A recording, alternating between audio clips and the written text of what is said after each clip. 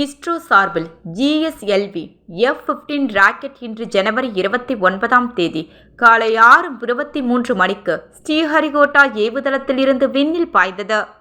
விண்வெளி துறையில் உலக நாடுகளை திரும்பி பார்க்கும் வகையில் பல்வேறு சாதனைகளை இந்தியா படைத்து வருகிறது. அந்த வகையில் இஸ்ரோவின் 100வது ராக்கெட் இன்று விண்ணில் ஏவப்பட்டது.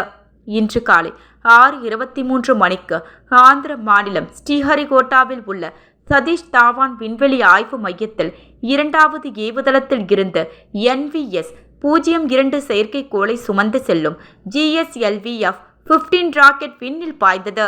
இந்த செயற்கைக்கோளை வடிவமைப்பதற்கு இந்திய தொழில்துறை நிறுவனங்களின் முக்கிய பங்களிப்பை வழங்கியுள்ளன.